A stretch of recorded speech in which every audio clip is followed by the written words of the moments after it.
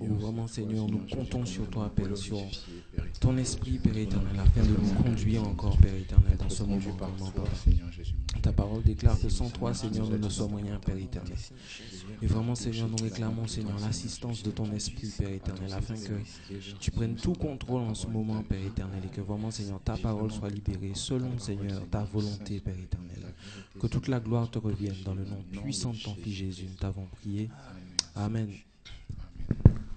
Alors, nous sommes venus, comme nous l'avons dit, en formation. Et le Seigneur permet que nous puissions ensemble partager une petite exhortation. Alors, l'exhortation que nous voulons partager avec vous se trouve dans Psaume 70. Psaume 70, les versets 5 et 6.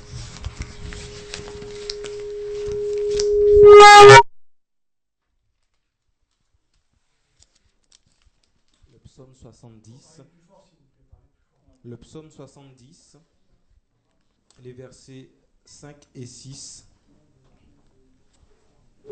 La parole de Dieu déclare que tous ceux qui te cherchent soient dans l'allégresse et se réjouissent en toi, que ceux qui aiment ton salut disent sans cesse, exalté soit Dieu.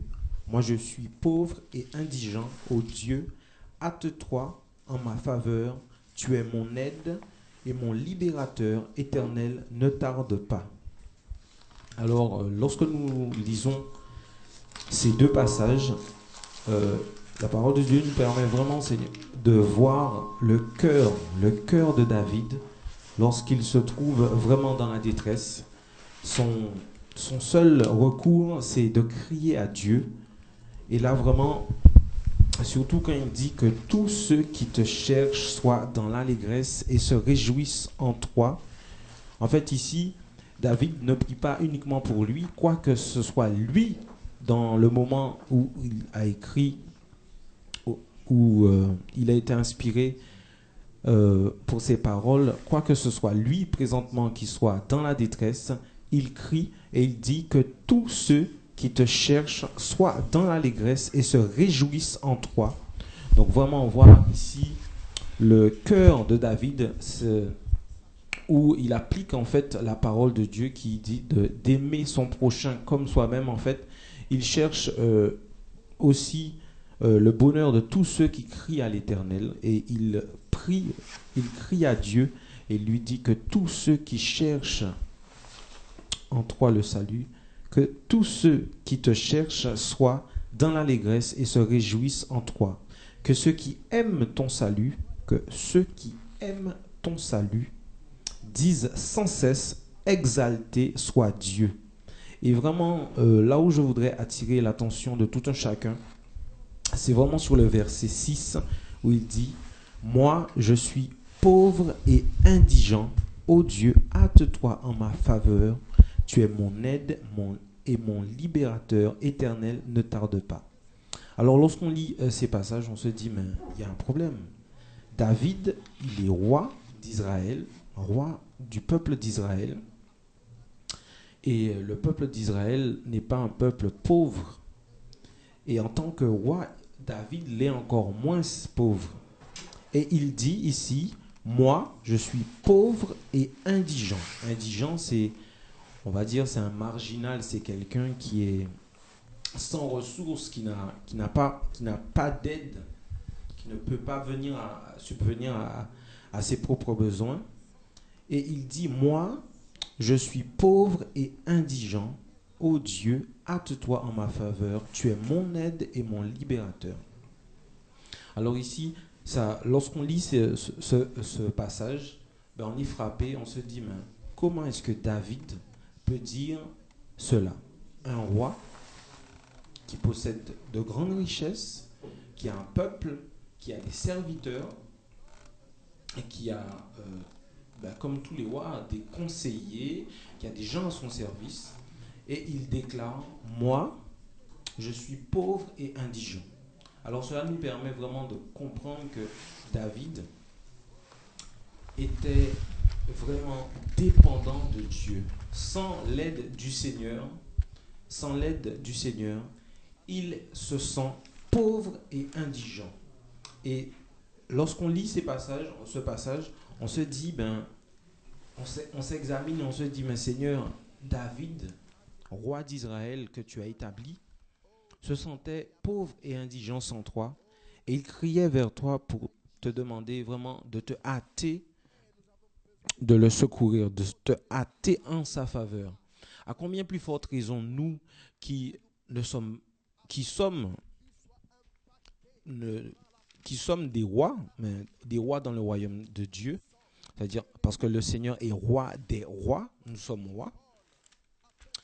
Mais à combien plus forte raison nous qui dans ce monde ne sommes rien, nous ne sommes rien dans ce monde, nous n'avons aucune richesse, nous ne sommes pas rois. À combien plus forte raison nous avons besoin du Seigneur Jésus. À combien plus forte raison nous avons besoin de sa grâce dans notre vie. À combien plus forte raison nous avons besoin de sa main pour nous délivrer, de sa main en notre faveur dans tous nos combats, dans toutes nos difficultés. À combien plus forte raison nous avons besoin de crier à lui pour lui dire vraiment, oh Dieu, je suis pauvre. Et ça me fait penser à un autre passage dans l'évangile de Matthieu, Matthieu 5.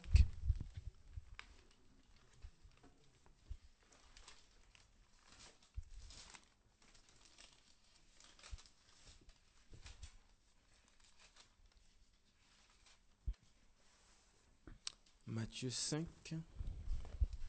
le verset 3, où il dit « Heureux les pauvres en esprit, car le royaume des cieux est à eux. » Alors ici, on comprend bien que lorsque David criait et qu'il disait au Seigneur « Oh, je suis pauvre et indigent, ô Dieu, hâte-toi en ma faveur. » David avait compris que les biens de ce monde n'étaient pas pour lui.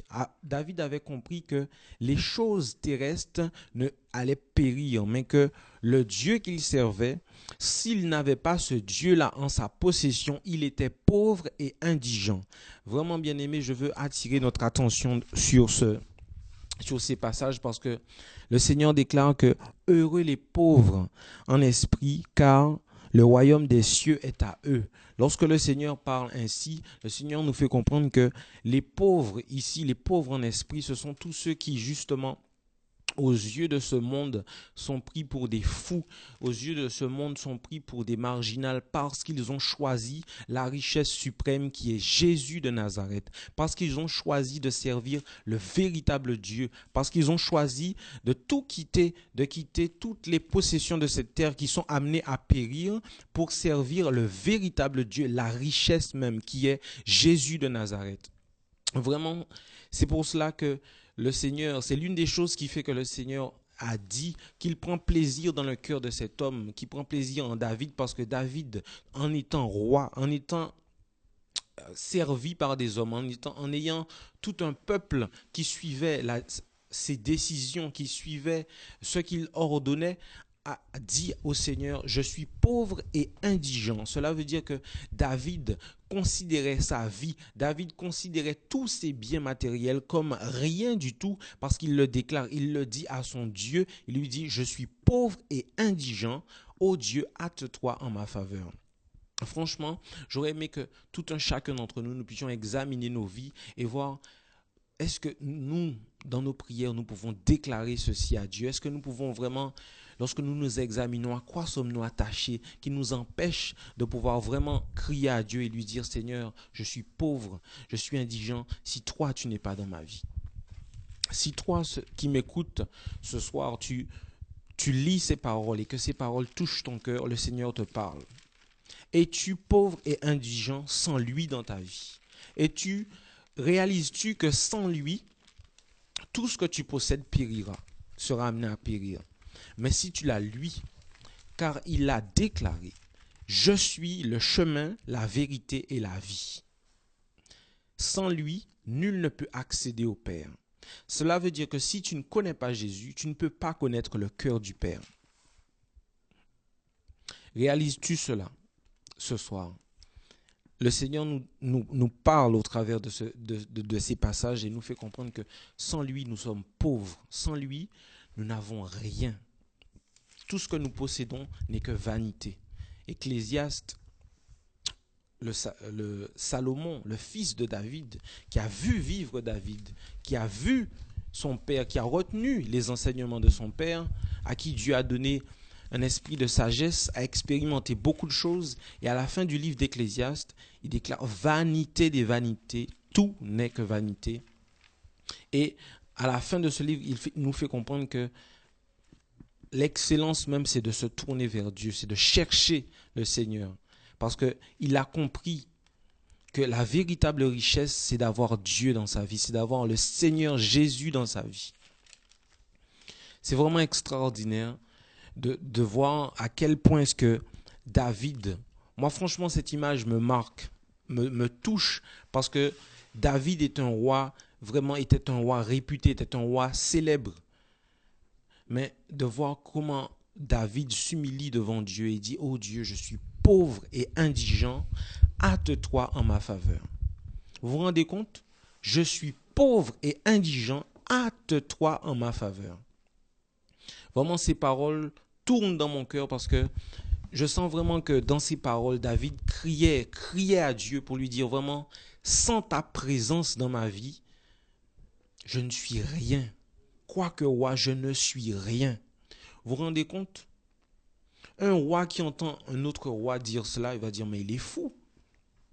Mais il est fou, il a une armée en sa possession, il a ci, il a ça. Ils ont des trésors parce que Israël était attaqué. Ceux qui attaquaient Israël voulaient avoir leur butin. Mais vous vous rendez compte, un roi qui crie à son Dieu, je suis pauvre et indigent, hâte-toi en ma faveur. C'est vraiment extraordinaire. Et vraiment, si mes frères ont quelque chose à dire par rapport à cela. Bien, moi, je voudrais prendre un passage dans Matthieu 22. C'est le repas des noces qui illustre très bien ce que le Seigneur attend de nous, en fait. Et Matthieu 22, à partir du verset 1. Jésus utilisa de nouveau des paraboles pour parler à ses auditeurs. Il leur dit, « Voici à quoi ressemble le royaume des cieux. Un roi organisa un repas pour le mariage de son fils. Il envoya ses serviteurs appeler les invités pour ce repas, mais ils ne voulurent pas. Il envoya alors d'autres serviteurs avec cet ordre. Dites aux invités, mon repas est préparé maintenant. Mes taureaux et mes bêtes grasses sont tués. Tout est prêt. Venez au repas de mariage. » Mais les invités ne s'en soucièrent pas et s'en allèrent à leurs affaires. L'un à son champ, l'autre à son commerce. Les autres saisirent les serviteurs, les maltraitèrent et les tuèrent. Le roi se mit en colère, il envoya les soldats tuer ces assassins et incendier leur ville. Puis il dit à ses serviteurs, le repas de mariage est prêt, mais les invités ne le méritaient pas. Allez donc dans les principales rues et invitez au repas tous ceux que vous pourrez trouver. Les serviteurs s'en allèrent dans les rues et rassemblèrent tous ceux qu'ils trouvèrent, les mauvais comme les bons. Et ainsi la salle de fête se remplit de monde. On peut s'arrêter là. Donc le Seigneur nous montre par là l'humilité en fait. Parce que beaucoup se croient riches parce qu'ils ont des moyens matériels. Beaucoup se croient riches parce qu'ils ont des dons. Beaucoup se croient riches parce qu'ils imposent les mains aux malades et les malades sont guéris. Beaucoup se croient riches parce qu'ils imposent les mains à des démoniaques et ils sont délivrés. Mais nous savons que la vraie richesse, c'est le cœur. Un cœur pour le Seigneur, comme le cœur de David, le roi David qui était l'un des plus grands rois de tous les temps. Un cœur humble, un cœur pauvre, un cœur repentant. C'est ça la vraie richesse dans le Seigneur. Et on voit que le Seigneur envoyait ses serviteurs vers des hommes qui se disaient riches, des hommes qui se disaient grands dans la société. Mais on a vu que aucun d'eux n'a répondu à l'appel du Seigneur. Aucun d'eux n'a répondu à l'appel de l'époux. Et beaucoup d'entre nous, surtout qui nous disons chrétiens, nous sommes fiancés à cet époux. Nous sommes fiancés pendant 10 ans, pendant 20 ans, pendant 30 ans. Mais très peu veulent l'épouser vraiment. Très peu veulent être une épouse. Et le Seigneur, dans le temps dans lequel on est, il n'a plus le temps d'attendre que celui-là sorte de son champ, que celui-là fasse ci, que celui-là fasse ça. Les 12 apôtres, ils ont tout laissé pour suivre Jésus. Et c'est ça que le Seigneur attend de nous aujourd'hui. C'est pour ça qu'il est parti dans les rues, aller prêcher aux pauvres, aux malades, aux handicapés. Parce que c'est eux seuls ont voulu répondre à cet appel. Eux seuls ont eu ce désir vraiment de connaître qu'est-ce que la vie. Souvent, nous pensons que la vie, c'est avoir une belle maison, une belle femme, de beaux enfants, voyager, avoir de l'argent. Mais nous savons que toutes ces choses ne sont que vanité. Parce que Salomon l'a dit, après une vie pleine, joyeuse, avec des femmes, de l'argent, vanité de vanité, tout est vanité. Et aujourd'hui, la pauvreté en esprit, c'est vraiment quelque chose qu'il nous faut avoir. L'humilité, la véritable. Parce que l'apparence d'humilité, c'est quelque chose de dangereux. Déjà, on peut se perdre soi-même, mais en plus perdre d'autres personnes qui ont les yeux fixés sur nous. Mais le Seigneur veut vraiment qu'on se dépouille de ce que nous sommes. Que l'être que nous sommes soit vraiment mort et qu'il prenne toute la place. C'est pour ça qu'il va vers des gens qui n'ont pas cette science, parce que beaucoup sont cartésiens et ils veulent venir avec cet esprit cartésien et le mélanger à la parole. C'est pas possible. Ce qui est souillé, on ne peut pas le mélanger avec ce qui est pur. Amen. Nous savons que le blé et l'ivraie poussent ensemble, mais nous savons aussi que les deux n'iront pas au même endroit. Amen. Donc que le Seigneur vraiment nous aide encore à vraiment nous humilier sous la main puissante du Seigneur. Que vraiment nous puissions vraiment reconnaître que nous sommes pauvres, que nous sommes indigents, que nous sommes comme David. Car il avait le plus grande richesse, mais dans son cœur, il était malheureux parce qu'il avait ce désir de connaître le Seigneur. Donc nous avons besoin de cela. Et vraiment que le Seigneur vraiment glorifie son nom dans nos vies parce que Jésus nous aime et il veut tout notre cœur. Il ne veut pas 10% comme beaucoup le veulent la dîme, ils veulent les offrandes. Le Seigneur veut tout notre cœur. Parce qu'il nous a dit dans Romains, offrez-vous en sacrifice. Ça veut dire pas offrir une partie de vous, offrez une partie de votre temps, offrez-lui le dimanche. Non, offrez-lui tout ce que vous avez. C'est là le sacrifice que le Seigneur attend de nous. Donc moi, c'est cela simplement que j'avais à partager. Et je pense que les autres frères ont d'autres éclaircissements à nous donner. Et que le Seigneur soit glorifié. Vraiment, ce que tu dis là est très fort, puisque c'est vrai, le Seigneur, dans cette parabole, nous fait comprendre que les riches ont rejeté, ceux qui étaient riches selon ce monde ont rejeté son appel parce qu'ils se sentaient riches, ils se sentaient capables, ils n'arrivaient pas à reconnaître leur pauvreté sans Christ, leur pauvreté sans la parole de Dieu dans leur cœur. Ils ont rejeté cet appel et le Seigneur a alors envoyé ses serviteurs vers ceux justement qui n'avaient rien, qui ne possédaient rien, afin qu'ils puissent recevoir la véritable richesse. Et beaucoup, au temps de Jésus, les pharisiens, les sadducéens se pensaient être remplis de la parole, remplis du livre de la loi. Et ils ont rejeté la véritable richesse. Ils ont rejeté Jésus, le Dieu vivant, venu parmi les hommes pour s'attacher davantage à leur doctrine, pour s'attacher davantage à ce qu'ils pensaient être bon, alors que Jésus était venu leur apporter la vie. Alors, ayant rejeté Jésus s'est tourné vers la parole de Dieu, nous dit dans Ésaïe, ceux qui ne le cherchaient pas, vers des nations qui n'en portaient pas le nom, afin que nous soyons sauvés. Ça me fait penser aussi à ce que nous avons pu voir lundi, les Gabaonites qui, comme ayant vu la puissance du Dieu du Dieu d'Israël, se sont dit ah non, on va pas les laisser marcher sur nous. Ils ont usé de la ruse pour s'attacher, pour faire alliance avec Israël afin qu'il soit protégé.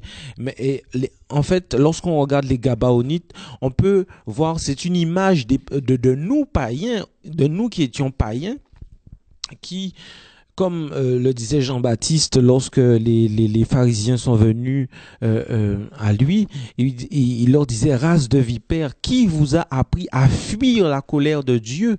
Eh bien, c'est pareil pour nous. Le Seigneur a envoyé sa parole et son esprit nous a convaincus de péché, de justice et de jugement, afin que nous puissions justement être sauvés. Sauvés de quoi? Ben, sauvés de la géhenne, sauvés du lac de feu, la colère de Dieu manifestée. Eh bien, tous ceux d'entre nous qui ont su saisir cette parole, ben nous sommes entrés dans cette alliance par le sang de Jésus, parce que nous avons accepté Jésus et parce que vraiment nous l'avons laissé prendre place en nous. Eh ben, nous sommes entrés dans la nouvelle alliance et au travers de cette nouvelle alliance, nous avons la vie. Et c'est quoi cette vie? Mais cette vie, c'est vraiment être pauvre aux yeux de ce monde, être pauvre des choses de ce monde pour être riche en Jésus. Parce que la véritable richesse, ce n'est pas de posséder les choses. Si Dieu permet que tu possèdes les choses, mon frère, ma sœur, ne te culpabilise pas, mais bénis Dieu. Parce qu'au travers de cela, Dieu permettra que tu puisses bénir beaucoup de ses enfants. Mais si toi qui n'as rien, bénis le Seigneur parce que tu as Jésus, la véritable richesse, la part qui ne te sera pas ôtée, mais celle que tu vas garder pour l'éternité. C'est pour ça que le Seigneur nous demande vraiment de nous attacher à lui parce qu'il est la véritable richesse. David n'a pas été, lorsqu'il est mort, n'a pas été on n'a pas retenu du moins de David ce qu'il a eu, mais on a retenu de David son cœur vers le Seigneur. Lorsque son fils l'a vu mourir, lorsque son fils après lui a pris le trône, son fils a suivi l'exemple de son père. Il n'a pas cherché à recevoir les richesses de la part de Dieu, mais simplement il a demandé la sagesse à Dieu pour pouvoir conduire le peuple. Pourquoi a-t-il demandé la sagesse? Parce qu'il a vu les actions de son père et il a vu que c'est avec sagesse que son père conduisait le peuple. Il a vu que son peuple consultait Dieu en toutes choses et donc sa requête a été tout naturellement de demander à Dieu la sagesse pour pouvoir conduire le peuple. Et vraiment, tout un chacun d'entre nous, nous devons aspirer à demander à Dieu, vraiment Seigneur, de grandir dans nos cœurs afin que justement ce trésor que nous avons, cette richesse que nous avons puisse fructifier et que vraiment Seigneur, la présence du Seigneur puisse porter du fruit dans nos vies et que vraiment son nom chaque jour soit sanctifié et glorifié dans nos vies. Vraiment, et tout cela pour la gloire du Seigneur. Voilà. Mon frère Jamil, mon frère Franz. Moi, je dirais simplement que, oui, le Seigneur nous demande à chacun d'entre nous de demeurer dans l'humilité, car c'est lui, effectivement, la richesse, c'est lui qui nous donne la force, c'est lui qui est tout. Et nous avons effectivement tendance à chercher les dons, à chercher tout ce qui est visible aux yeux de Dieu. Le Seigneur, c'est au cœur qu'il regarde. Et il nous dit bien que justement ceux qui croient justement qui viendront devant lui, oui, parce que nous avons prophétisé en ton nom, nous avons fait ci en ton nom, nous avons fait ça en ton nom. Il leur dit bien: je ne vous ai point connu.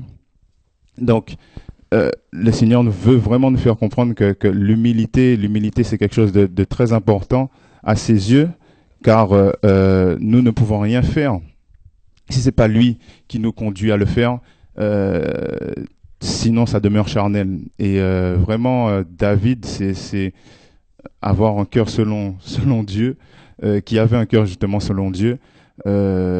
C'est un très bel exemple, puisqu'il avait tout, effectivement, toutes les choses de ce monde possibles, mais surtout un cœur rempli d'amour pour le Seigneur, et son fils même témoignait de ça.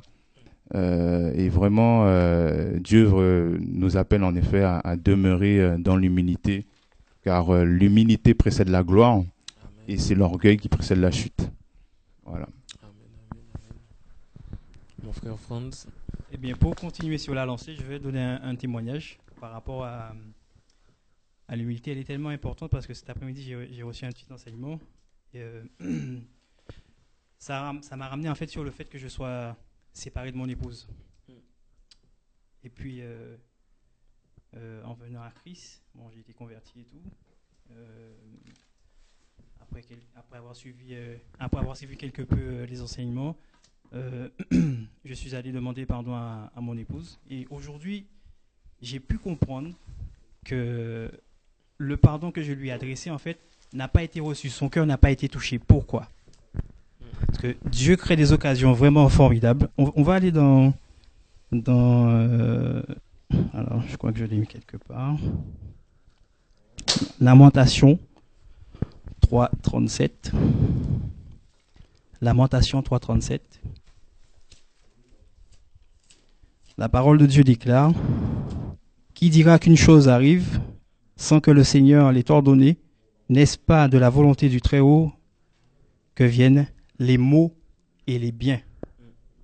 J'ai été séparé de mon épouse, en effet, avant que je connaisse Christ. Mais Dieu dit dans sa parole que rien ne peut se faire sans que lui, il ne l'ait ordonné. Amen. Donc, j'ai été séparé de mon épouse. Ensuite, après cette séparation, en fait, j'ai beaucoup souffert de cette séparation. Je suis un homme, je vous le dis clairement. J'ai souffert de cette séparation. J'ai pleuré. J'ai essayé de rétablir les choses moi-même. Ça n'a pas été chose facile, mais de toute façon, ça ne s'est pas rétabli. Parce que Dieu est souverain. Tout lui est soumis. Donc, en cheminant, Dieu a permis que je vienne jusqu'ici recevoir cet enseignement, afin que mon cœur soit mis à nu. Et assez souvent, bien-aimés, nous recevons la parole de Dieu, nous sommes zélés au départ et nous voulons aller prêcher la parole sans connaître vraiment notre état. Dieu m'a révélé aujourd'hui que mon cœur était blessé. Un homme blessé ne peut pas prêcher la parole. Un homme blessé ne peut pas demander pardon à quelqu'un parce que le pardon sera mécanique. Amen. Le pardon ne sera pas reçu. Et pour cause, mon épouse est toujours éloignée de moi et encore plus éloignée de moi parce que le pardon n'a pas été reçu. Bien-aimés, je vous dis quelque chose très sincèrement. Si vous avez des problèmes avec vos époux ou vos épouses, il vaut mieux se tourner vers le Seigneur parce qu'on ne pourra rien faire de nous-mêmes. Dieu est mort à la croix pour toutes ces choses-là. C'est lui qui a institué le mariage et c'est lui qui est le plus grand réparateur de brèches au monde. Amen. Il n'y en a pas d'autre. J'en connais qu'un seul. Aujourd'hui, Dieu m'a révélé que je n'ai pas reçu la paix. Vous savez, quand on prie, on demande au Seigneur, Seigneur, prends ma paix et donne-moi ta paix. Mais est-ce qu'on la reçoit vraiment, cette paix?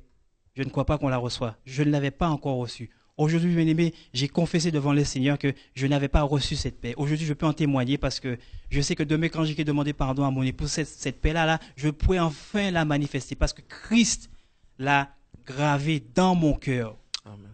Mes amis, si vous avez vos cœurs sont blessés, tournez-vous vers le Seigneur. Amen. Amen. Il n'y a que lui qui pourra guérir vos cœurs, quelle que soit la situation dans laquelle vous êtes. Dieu vous guérira et guérira. Sa parole est vivante.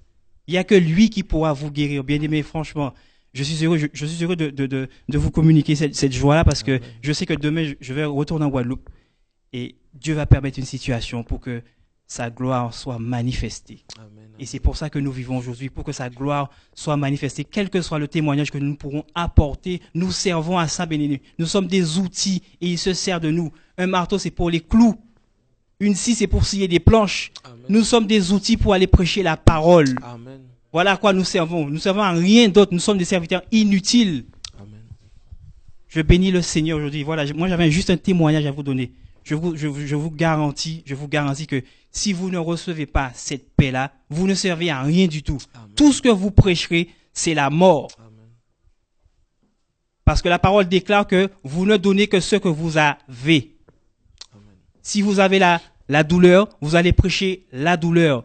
Si vous avez la mort, vous allez prêcher la mort. Si vous êtes dans l'adultère, je hais l'adultère. A-t-il dit? Vous allez prêcher l'adultère. Yes. Bien-aimé, il faut se réveiller aujourd'hui. Si Dieu permet que les disciples reçoivent des formations aujourd'hui, c'est parce que nous manquons de beaucoup de choses. Nos cœurs sont blessés. Ils ont besoin d'être pensés. Amen. Ouvrons les yeux aujourd'hui. Nous sommes dans les temps d'accomplissement. Bien-aimés, si vous n'êtes pas guéris, vous n'irez pas là-haut. Personne de vous n'ira là-haut. Aujourd'hui, je prends conscience que j'ai été blessé. Je demande pardon sur TV de vie au Seigneur. Et je demande grandement pardon à mon épouse parce que je l'ai réellement blessée. Je l'ai calomniée. J'ai dit beaucoup de bêtises sur elle. Je reconnais que j'ai dit ça ce soir. Je vous le dis, bien-aimés, si vous avez des problèmes avec vos époux et vos épouses, tournez-vous vers le Seigneur. N'ayez pas honte, videz vos cœurs, déchirez vos cœurs et videz vos cœurs devant le Seigneur. Vous verrez que dès ce soir, il y aura un changement. Dieu attend qu'on se tourne vers lui. C'est lui la solution. C'est lui qui est mort à la croix pour chacun de nous. Ce ne sont pas les satanistes qui vont rétablir nos couples. Ce ne sont pas les sangs des boucs, ni des cochons, ni des bœufs. Mais le sang de Christ qui est mort à la croix pour nous. Il y a un seul sang qui compte. C'est le sang de Christ. Il n'y en a pas d'autre. Je vous garantis, bien-aimés, tournez-vous vers le Seigneur et vous verrez des choses merveilleuses s'accomplir dans vos vies. Arrêtez de calomnier vos maris.